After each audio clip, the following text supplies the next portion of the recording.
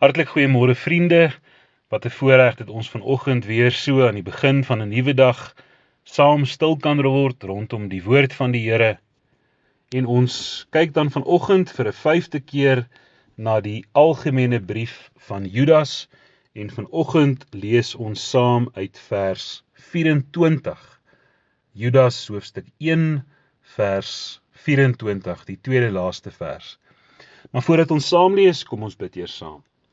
Here, wat 'n voorreg en wat 'n vreugde dat ons in hierdie oomblikke so mag stil word rondom u woord. En Here, wil ons vir u vra dat u deur die werking van u Gees vir ons u woord sal oopbreek en dat dit vir ons lewendig sal wees, dat ons daardeur bemoedig en versterk en opgebou sal word in ons Christelike geloof. Ons vra, Here, dat u sal spreek en dat u elke struikelblok uit die weg sal ruim, wat ons vanoggend verhinder om te hoor wat u deur u woord en deur u Gees vir elkeen van ons wil sê. Ons bid hierdie dinge in Jesus se naam. Amen. Ons lees dan saam uit Judas hoofstuk 1 vers 24.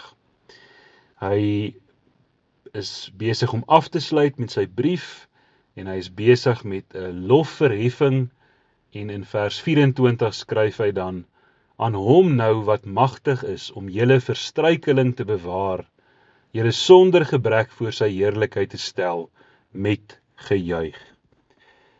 Geliefdes, dis 'n besondere ryk frase wat Judas hier vir ons neergepen het. Dit is ryk aan teologie en dit besing die soewereiniteit, die alleen heerskappy van God. Geliefdes, God is magtig. Hy is almagtig. Dis een van sy baie wonderlike eienskappe, of soos ons in die teologie sê, sy attribute. Hy is magtig, hy is by magte, wat beteken, hy is volkome in staat. En Judas sonder vir ons twee lewensbelangrike sake uit, waarin die Here magtig is. En dalk is dit 'n leidraad van die vrees wat die dwaalleraars onder Judas se eerste lesers gewerk het. Die vrees dat 'n gelowige sy geloof kan verloor en weer verlore kan gaan. Dis natuurlik 'n onskriftuurlike leerstelling en as gereformeerdes glo ons in die Bybelse leerstelling van die volharding van die gelowiges. Met ander woorde, eenmal gered, altyd gered. Omdat ons glo dat redding, dat wedergeboorte 'n werk van God is en dat dit 'n onherroepelike werk van God is. So as iemand dan waarlik gered is, as iemand waarlik weergebore is, as die Here die hart van klip uitgehaal het en vir hom 'n hart van vlees gegee het en geloof in sy ongelowige hart gewerk het, dan beteken dit dat die Here die werk begin het in daardie persoon en dat die Here self ook daardie werk in daardie persoon sal volbring. Iemand wat 'n gelowige geword het, sal dan volhard tot aan die einde van sy lewe. As iemand dalk vir 'n tydperk wegval, glo ons dat hy, as hy waarlik gered is, weer sal terugkeer voor sy sterwensuur, maar so 'n persoon kan nie verlore gaan nie. Judas skryf vir sy lesers dat God magtig is om hulle van struikeling te bewaar. Met ander woorde, hy bewaar ons. Hy bewaar ons sodat ons nie van die geloof afvallig word nie, sodat ons nie afdwaal of verdwaal of ontaard nie, maar dat hy ons van struikeling bewaar. En in die tweede plek, dat hy ons sonder gebrek voor sy heerlikheid sal stel met gejuig. Hy sê julle sonder gebrek voor sy heerlikheid te stel met gejuig. Dit spreek van 'n werk van vervolmaking.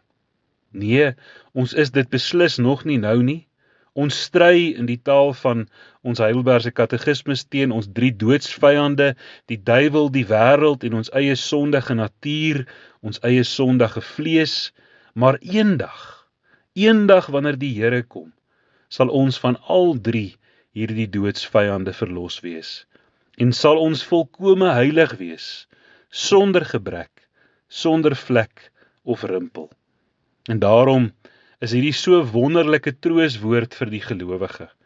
Daar staan aan hom nou wat magtig is om julle van struikeling te bewaar en julle sonder gebrek voor sy heerlikheid te stel met gejuig. Wat 'n wonderlike lofverheffing. Kom ons bid saam.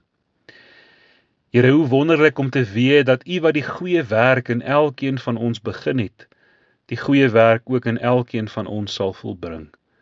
Wil ons vir U vra, Here, dat U alle vrees uit ons harte sal verdryf met U vrede wat alle menslike verstand te bowe gaan, dat ons nie vir 'n oomblik sal vrees dat ons verlore sal gaan nie, maar dat ons aan Christus, ons verlosser, sal vasklem, dat ons aan U sal vashou in tye van onsekerheid, in stormagtige tye, in tye van onsekerheid, dat ons troos en ons verwagting by U sal vind.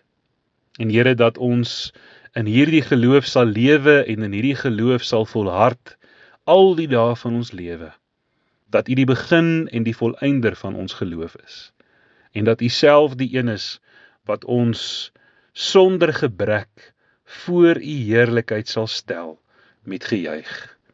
Ons loof en ons prys U vir hierdie groot gedagte, vir hierdie wonderlike belofte, wat ons is, in Jesus Christus ons Here.